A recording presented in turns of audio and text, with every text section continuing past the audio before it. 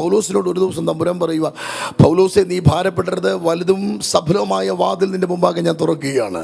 എന്നിട്ട് തൊട്ടടുത്ത വാക്യം പറഞ്ഞിരിക്കുക, എതിരാളികൾ പലരും ഉണ്ടെന്ന്. ഈ രാജതന്ത്രം എന്ന് പറഞ്ഞൊരു സംഭവം കേട്ടിട്ടില്ല? നമ്മൾ ഈ ടിപ്പു സുൽത്താൻ്റെ കാലഘട്ടത്തിൽ, രാജാക്കന്മാരുടെ കാലഘട്ടത്തിൽ കോട്ട വളയുമ്പോൾ, ശത്രു രാജ്യം വളയുമ്പോൾ തൻ്റെ ശയന ഗ്രഹത്തിൽ നിന്ന്, തൻ്റെ ബെഡ്റൂമിൽ നിന്ന് രക്ഷപ്പെട്ടു പോകാൻ ചെറിയ തുരങ്കങ്ങളുണ്ടാവും, ടണൽസ് ഉണ്ടാവും. വളരെ കഷ്ടപ്പെട്ടാണ് ഇവർ രക്ഷപ്പെടുന്നത്. ഇഷ്ടമുള്ളതുകൊണ്ടല്ല, കഷ്ടപ്പെട്ട് പോവുക രക്ഷപ്പെടാൻ.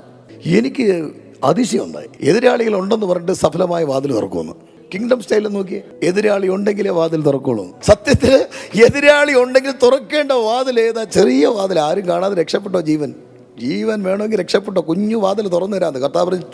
കുഞ്ഞു വാതിൽ തുറക്കാൻ എനിക്ക് പറ്റില്ല. ശത്രു ഉണ്ടോ? എരിഹോ മതിലിനെ തകർക്കാൻ പോയ സമയത്ത് ശത്രു മുഴുവൻ പറഞ്ഞ് വാതിൽ ഉണ്ടാക്കത്തില്ലെന്ന്. കർത്താവ് ശരി, മുഴുവൻ വാതിലാക്കാന്ന്. റൗണ്ടായിട്ട് മുഴുവൻ വാതിലാക്കി കൊടുത്തു. ഇടിഞ്ഞ് തറയിലങ്ങ് പോയി.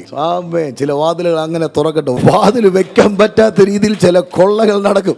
എന്ന് പറഞ്ഞാൽ അപഹരിക്കുന്ന രീതിയിൽ, ശത്രു അപഹരിച്ചുകൊണ്ട് പോയതിനെ തിരിച്ചു പിടിക്കുന്ന രീതിയിൽ ദൈവത്തിന്റെ പ്രവൃത്തി പരിശുദ്ധാത്മാവ് അയക്കും.